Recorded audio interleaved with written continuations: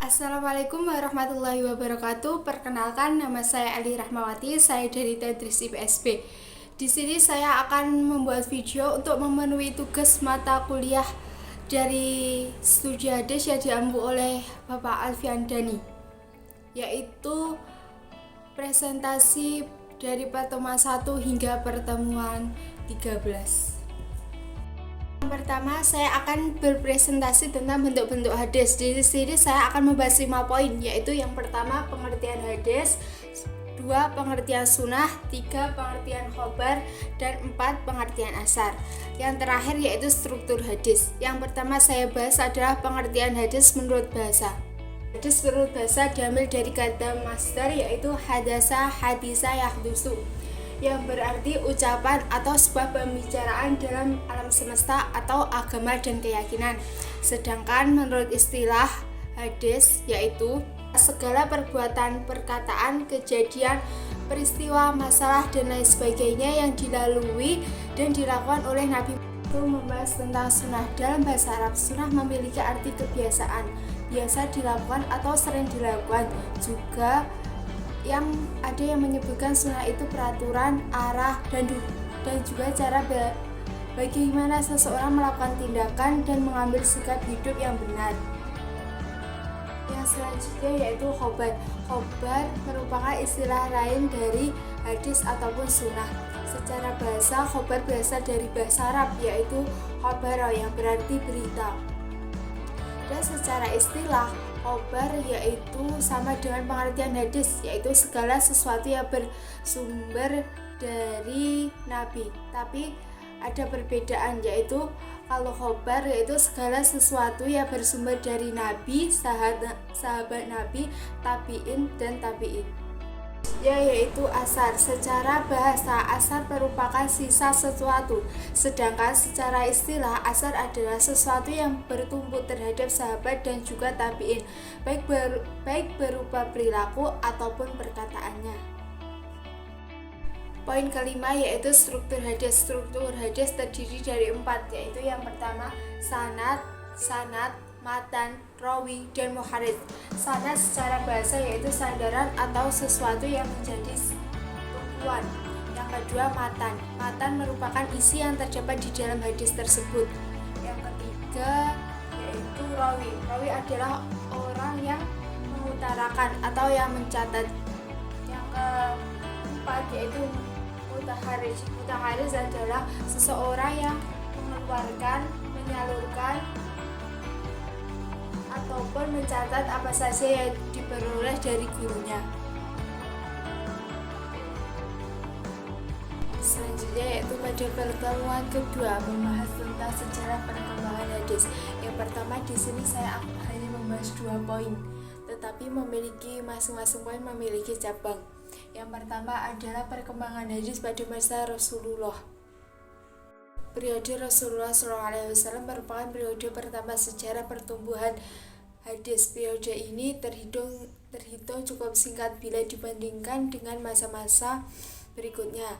Masa ini berlangsung selama 23 tahun, yaitu mulai tahun ke-13 sebelum Hijriah, yaitu bertepatan dengan 610 Masehi sampai dengan tahun 11 Hijriah, yaitu bertepatan dengan tahun 632 Masehi. Masa ini merupakan kurun waktu turun wahyu atau asar al-wahyu, dan sekaligus sebagai masa pertumbuhan hadis. Selanjutnya adalah cara Rasulullah menyampaikan hadis. Ada banyak cara Rasulullah saat menyampaikan hadis, yaitu yang pertama melalui majelis taklim, yang kedua melalui ceramah atau pidato terbuka seperti ketika Haji Wada dan Fathu Makkah, yang ketiga adalah kejadian-kejadian yang dialami sahabat. Yang selanjutnya yaitu perintah larangan untuk menulis hadis. Rasulullah bukan melarang untuk menulis hadis, tetapi hal ini dilakukan karena pada masa itu bersamaan dengan pembukaan Al-Quran. Jadi Rasulullah takut jika penulisan hadis akan bercampur dengan penulisan Al-Quran. Yang selanjutnya yaitu sejarah perkembangan hadis di masa Khulafaur Rasyidin.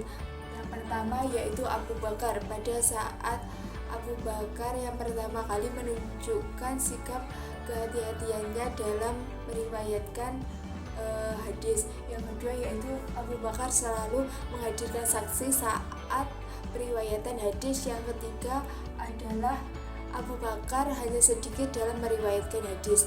Yang kedua adalah pada masa Umar bin Khattab. Tindakan demikian juga dilakukan oleh Umar bin Khattab dengan tidak memperbanyak periwayatan hadis, sehingga perhatian umat Islam terhadap Al-Quran tidak terbagi karena umat Islam lebih membutuhkan Al-Quran untuk dipelajari, dihafalkan, dan diamalkan.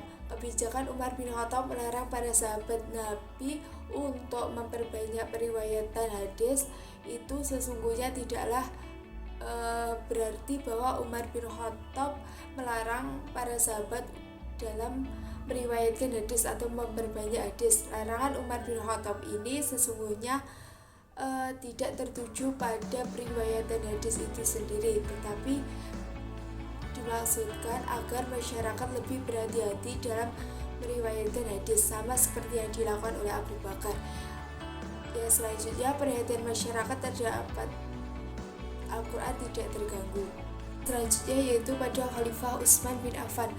Khalifah Utsman bin Affan bersikap agak longgar dalam periwayatan hadis, sehingga pada zaman ini periwayatan hadis banyak terjadi dibandingkan dengan masa Abu Bakar dan Umar.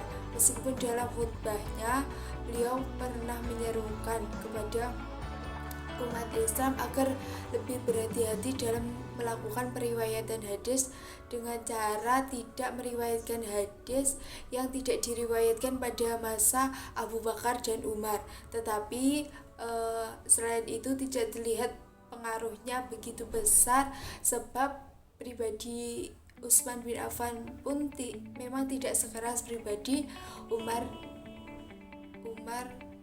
bin Khattab. Utsman juga tidak mengharuskan keberadaan saksi sebagai syarat utama dalam penerimaan hadis.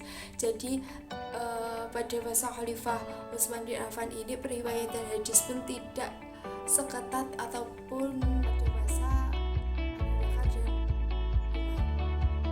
Yang selanjutnya yaitu sikap Khalifah Ali bin Abi Thalib. Khalifah Ali bin Abi Thalib tidak jauh berbeda sikapnya dengan para khalifah pendahulu dan periwayatan hadis. Secara umum Ali bin Abi Thalib barulah bersedia menerima periwayatan hadis setelah hadis yang bersangkutan mengucapkan sumpah bahwa hadis tersebut benar-benar dari Rasulullah. Hanyalah terhadap periwayatan yang benar-benar dipercayainya Ali tidak menyuruh bersumpah seperti menerima riwayat hadis dari Abu Bakar As-Siddiq. Dengan demikian dapat dikatakan bahwa fungsi sumpah yang dilakukan Ali tersebut bukanlah sebagai syarat. Contohnya, dalam masa akhir kekhalifahan Ali bin Abi Thalib, situasi umat Islam sedang tidak baik-baik saja. Pada masa Khalifah Ali ini telah terjadi perpecahan, yaitu di antara Khalifah Ali dengan Muawiyah bin Abi Sufyan, sehingga menimbulkan persengketaan antara sesama umat Islam, terutama pendukung Ali dan Muawiyah bin Abi Sufyan.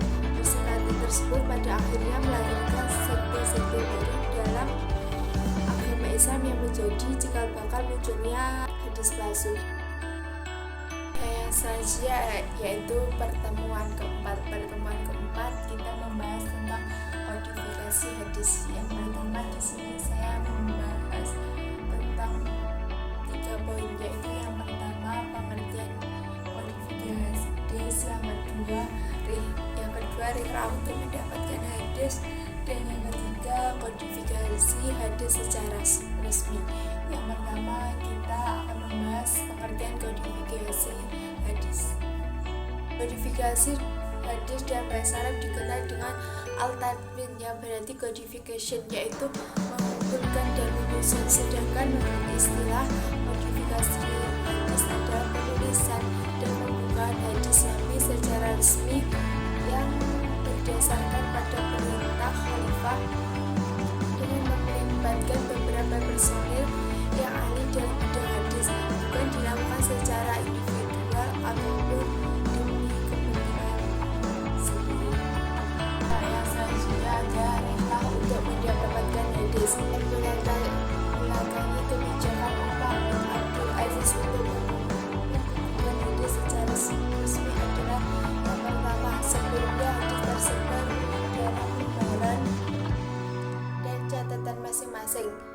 sahabat. Yang kedua yaitu penulisan dan penyebaran hadis yang terjadi dari masa Nabi Muhammad sampai masa sahabat masih bersifat kolektif atau individual, dan juga ada perbedaan para sahabat dalam menerima hadis.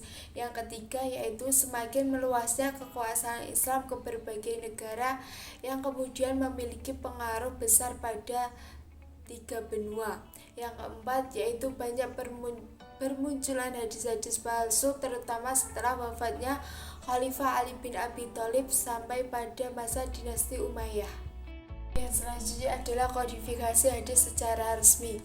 Kodifikasi hadis secara resmi yaitu cukup banyak kitab-kitab hadis yang disusun oleh ulama hadis pada masa abad ketiga Hijriah, tetapi kitab-kitab yang telah disebutkan tersebut merupakan kitab-kitab hadis yang terbanyak mendapat perhatian dari kalangan ulama dan umat Islam. Puncak usaha kodifikasi hadis Nabi secara resmi terjadi pada abad ketiga Hijriah. Abad ketiga Hijriah, perhimpunan hadis dapat dikatakan berada pada taraf melengkapi, menggabungkan, memilah, menyusun, menjelaskan, menyeleksi, dan sebagainya terhadap kitab-kitab hadis yang telah ditulis oleh ulama pada abad kedua dan ketiga Hijriah. Pertemuan kelima yaitu membahas tentang ilmu mutahalul hadis. Di sini saya akan membahas 3 poin, yaitu yang pertama pengertian ilmu mutahalul hadis, yang kedua yaitu hadis ada cabangnya yaitu riwayat dan dirayah, yang ketiga cabang-cabang ilmu hadis. Kita akan membahas yang pertama yaitu pengertian ilmu mutahalul hadis, yaitu ilmu tentang pokok-pokok kaidah-kaidah yang digunakan untuk mengetahui kondisi sanad dan matan hadis dari sisi diterima atau ditolaknya. Selanjutnya adalah membahas tentang hadis riwayah. Hadis riwayah memiliki arti adalah suatu ilmu pengetahuan untuk mengetahui cara-cara penukilan hadis, pemeliharaan, dan pendewanan pada apa-apa yang disandarkan kepada Nabi Muhammad SAW, baik berupa perkataan, perbuatan, dan ikrar. Selanjutnya yaitu membahas tentang hadis dirayah, yaitu ilmu yang mempelajari tentang hakikat periwayatan, syarat-syaratnya, macam-macamnya, dan hukum-hukumnya, keadaan para periwayat, syarat-syarat mereka, dan macam-macam periwayatan, dan hal-hal yang berkaitan dengannya. Cabang-cabang ilmu hadis ada 7, yaitu ilmu rijal al-hadis, ilmu gharib al-hadis, ilmu nasa al-mansuh, ilmu talfiq al-hadis, ilmu ilalah al-hadis, ilmu asbab al-wurud, dan yang terakhir ilmu jar wal ta'dil. Dulu video presentasi saya dari pertemuan kedua sampai pertemuan kelima, dan insya Allah nanti akan dilanjut dari pertemuan ke-6 sampai berikutnya. Sekian dulu dari saya. Apabila ada kata yang salah atau kurang benar, saya mohon maaf. Wassalamualaikum warahmatullahi wabarakatuh.